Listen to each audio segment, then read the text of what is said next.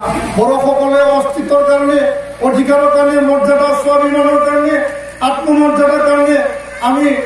সংগ্ৰাম কৰি আহিছো আন্দোলন কৰিছো এই সংগ্ৰাম কোনো জাতি জনগোষ্ঠীৰ বিৰুদ্ধে নহয় এই সংগ্ৰাম নিজক প্ৰতিষ্ঠা কৰিবৰ কাৰণে নিজৰ পৰিচয় চিনাকি অস্তিত্ব ৰক্ষা কৰাৰ কাৰণে আৰু আমি এই চিনাকি পৰিচয় বিশ্ব দৰবাৰত প্ৰতিষ্ঠা কৰিব বিচাৰিছো অলৰেডি বড় জনগোষ্ঠী বড় জাতি ইয়াৰ কালচাৰ সংস্কৃতি ভাষা সকলোখিনি আচাৰ নীতিবিলাক বিশ্ব দৰবাৰত আজি প্ৰতিষ্ঠা হৈছে আৰু এই প্ৰতিষ্ঠা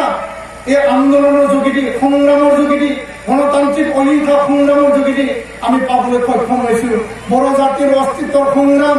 বড় জাতিৰ বুৰঞ্জী হয় বড় জাতিৰ অস্তিত্বৰ সংগ্ৰাম বড় জাতিৰ চিভিলাইজেশ্যন হয় আৰু এই চিভিলাইজেশ্যন এই বুৰঞ্জী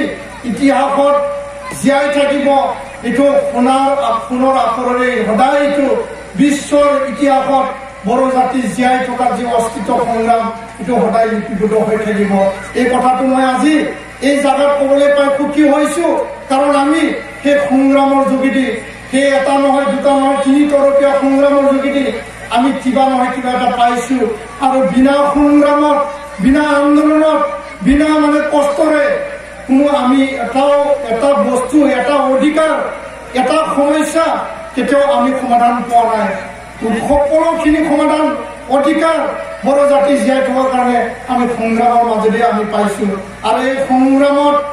দিনে ৰাতি কাম কৰা বতাহ বৰষুণত কাম কৰা গণতান্ত্ৰিক অহিংসা শান্তিৰ প্ৰক্ৰিয়াৰে কাম কৰা এটাই সংগঠন আছে বড় জনগোষ্ঠীত এইটো হ'ল নিখিল